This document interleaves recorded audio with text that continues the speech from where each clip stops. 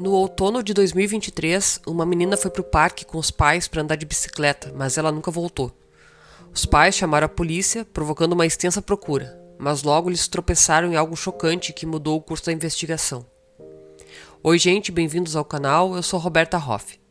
Não se esqueçam de se inscreverem caso ainda não sejam inscritos e, por favor, deixem um like no vídeo, isso ajuda muito e não custa nada. E vamos pro caso de hoje. O caso Charlotte Sena.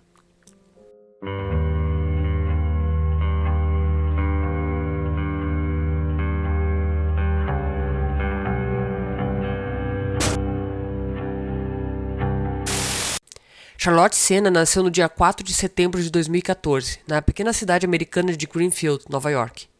Ela cresceu em uma família grande e amorosa.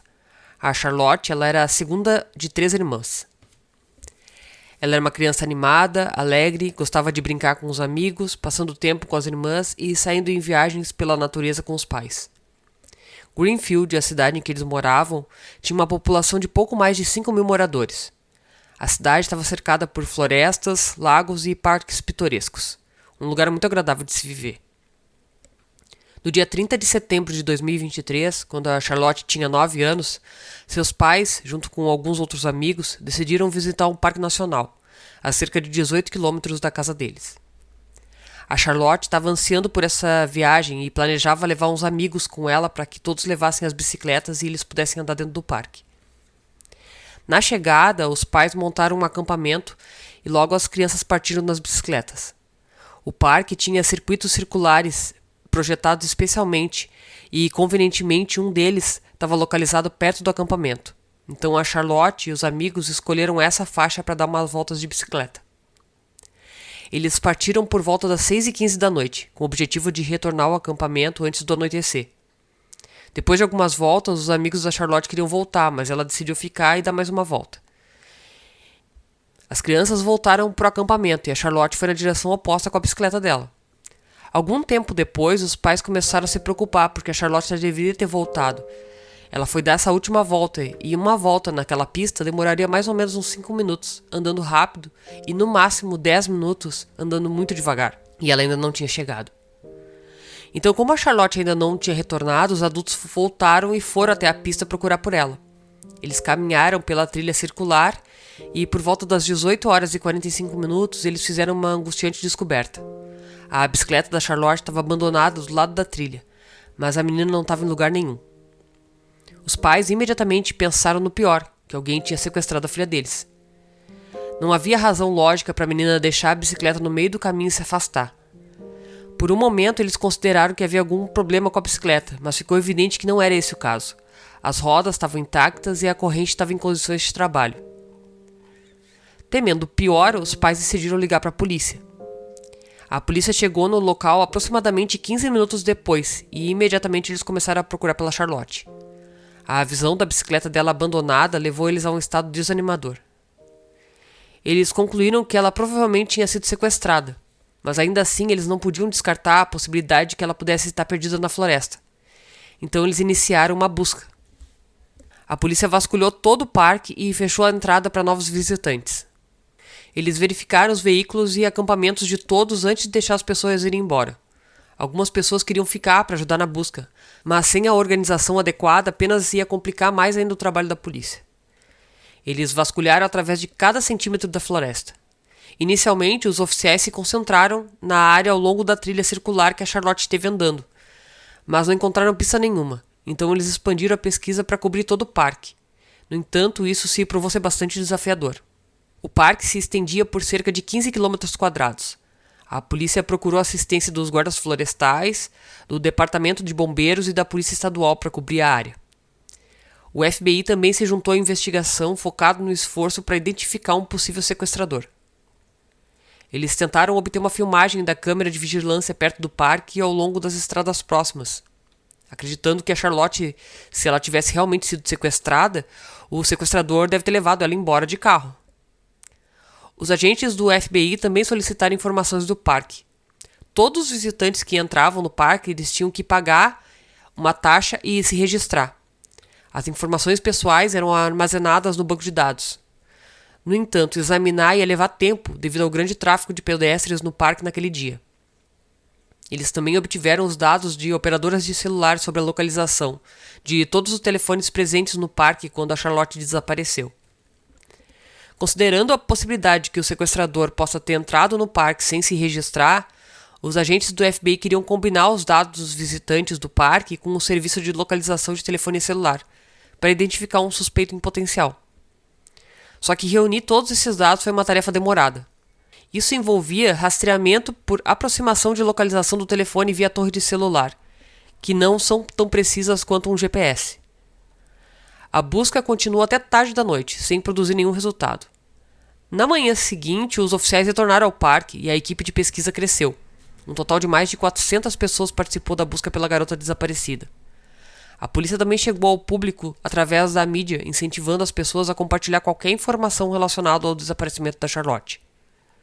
O caso rapidamente ganhou atenção generalizada, com a governadora do estado abordando o assunto em uma conferência de imprensa e mostrando apoio à família. Naquela mesma manhã, a polícia ativou o Alerta Amber, que é um sistema que permite notificar os moradores rapidamente sobre crianças desaparecidas. Eles não usaram ele no primeiro dia porque eles queriam garantir que a Charlotte não estava simplesmente perdida no parque.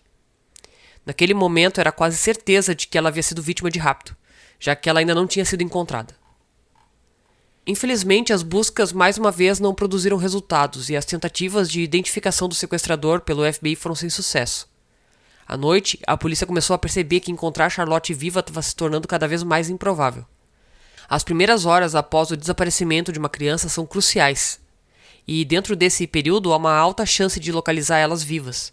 No entanto, como a busca pela Charlotte ultrapassou essa janela crítica, a probabilidade estatística de um resultado positivo diminuiu significativamente. Mas a polícia e a família ainda estavam procurando por ela, óbvio. No terceiro dia, eles voltaram ao parque para continuar os esforços por volta das 4h20 da manhã. Entretanto, enquanto isso, um homem se aproximou da casa da família da Charlotte num carro e caminhou até a caixa de correio. Ele colocou uma carta lá dentro e saiu rapidamente. Um policial ficou observando o homem à distância, mas não se aproximou pensando que ele poderia ser um conhecido da família e que ele estava expressando apoio aos pais da Charlotte. Durante aqueles vários dias, pessoas visitavam a casa deixando cartas e deixando comida. Apesar da hesitação inicial do policial, ele achou aquele homem suspeito e resolveu verificar a caixa de correio. Dentro tinha uma nota que mudaria completamente o rumo da investigação. Havia uma carta escrita pelo sequestrador afirmando que ele estava mantendo a Charlotte presa e estava disposto a deixá-la embora em troca de $50 mil. A nota foi imediatamente enviada para o laboratório. Os especialistas, logo que começaram suas análises, descobriram várias impressões digitais que foram passadas pelo banco de dados, mas não houve correspondência. Por volta das 14h30, eles fizeram uma segunda tentativa, e houve um avanço. Uma impressão digital correspondia a um homem de 47 anos chamado Craig Nelson Ross Jr. Ele estava no banco de dados do estado de Nova York desde 1999, após sua prisão por dirigir bêbado. O Ross morava a poucos quilômetros da casa da família da Charlotte, e a polícia rapidamente foi para lá. No entanto, eles encontraram um problema. A casa dele tinha recentemente sido tomada pela prefeitura porque ele estava com os impostos atrasados há anos. Pesquisando as informações sobre o Ross, a polícia descobriu rapidamente que ele estava residindo em um trailer na propriedade da mãe. A casa da mulher estava localizada a 22 quilômetros de distância de Greenfield. A polícia obteve rapidamente um mandado e enviou mais de 30 policiais ao local com um helicóptero cobrindo o ar. Eles cercaram o trailer, invadiram usando granadas de flash e prenderam o Ross. Ele tentou resistir, mas foi rapidamente detido. A princípio, não havia sinal da garota. Os oficiais acreditavam que ela poderia nunca ter estado lá. Eles pesquisaram minuciosamente o trailer inteiro, e olhando para um armário trancado sobre uma pilha de trapos, eles encontraram a Charlotte. Ela ainda estava viva e imediatamente correu na direção dos policiais. Ela foi prontamente levada para o hospital para o exame, onde os médicos confirmaram que ela não corria risco de vida. Os membros da família dela foram imediatamente levados ao hospital, onde eles se reuniram com a Charlotte e logo eles levaram ela para casa. Os pais, junto com centenas de pessoas que participaram da busca, ficaram muito felizes. Apenas 10 minutos antes da liberação, antes da Charlotte ser encontrada, a mãe dela compartilhou uma estranha premonição. Naquele momento em que ela estava no parque, onde buscas ativas estavam sendo realizadas, ela expressou um forte sentimento de que a filha voltaria para casa naquele dia, e 10 minutos depois a polícia informou ela sobre o resgate da Charlotte. Enquanto isso, os detetives levaram Ross preso sem fiança para interrogatório, dado o fato de que o caso ainda estava em andamento. A polícia não revelou nenhum detalhe do interrogatório. No entanto, parece que ele não admitia a culpa. Então o caso seria encaminhado ao tribunal. Porém, algumas informações sobre o suspeito e seus motivos já eram conhecidos. A ex-namorada do Ross disse aos jornalistas que em 2017 ela obteve uma ordem de restrição contra ele. Naquela época, ela morava com ele, o filho dele de 12 anos e a filha de 4, na casa da mãe. Durante uma discussão, ele atacou ela e tentou estrangular. Então ela relatou isso à polícia. De acordo com ela, o Ross pode ter planejado esse sequestro há meses. Ela revelou que ao longo da vida ele nunca quis trabalhar, sempre buscando caminhos alternativos, principalmente vivendo às custas dos outros. Da mãe dele, abusando da empatia dela, dizendo que sofria de uma doença grave, então ela concordou em apoiar ele. A ex-namorada acreditava que ele inicialmente alvejou a família da Charlotte por uma razão específica. Apesar da garota vir de uma família de classe média comum, o falecido avô dela tinha uma riqueza substancial. Em 1998, ele escorregou e sofreu uma lesão grave, posteriormente processando a cidade e recebendo mais de 2 milhões de dólares em compensação. Mesmo depois de mais de 20 anos, muitos dos residentes de Greenfield ainda lembravam dessa história. A ex-namorada afirmou que o Ross estava ciente desse pagamento e provavelmente decidiu lucrar com o sequestro. Considerando que a Charlotte foi sequestrada no parque quando foi deixada sozinha por alguns minutos, Ross devia estar observando ela. De acordo com a ex-namorada, ele poderia estar observando a família há muito tempo, estudando a rotina e esperando o momento certo para pegar a menina. Havia outro fato que indicava que o crime tinha sido premeditado. De acordo com a ex-namorada, vários meses antes do incidente, ele cobriu o trailer com uma lona, algo que ele nunca tinha feito antes. Considerando que ele manteve a Charlotte lá, isso pode indicar uma premeditação cuidadosa. Os vizinhos do Ross também compartilharam observações preocupantes. Uma mulher contou um incidente passado onde o Ross tentou levar o filho dela de 10 anos em algum lugar e ela teve que intervir. Outro vizinho afirmou que a família sempre foi problemática e o Ross, desde cedo, regularmente ia até aos vizinhos pedindo comida. Mais tarde, a polícia descobriu detalhes adicionais sobre o histórico criminal do Ross. Um ano antes do ataque à namorada, ele foi preso por perseguição, mas não teve sérias consequências.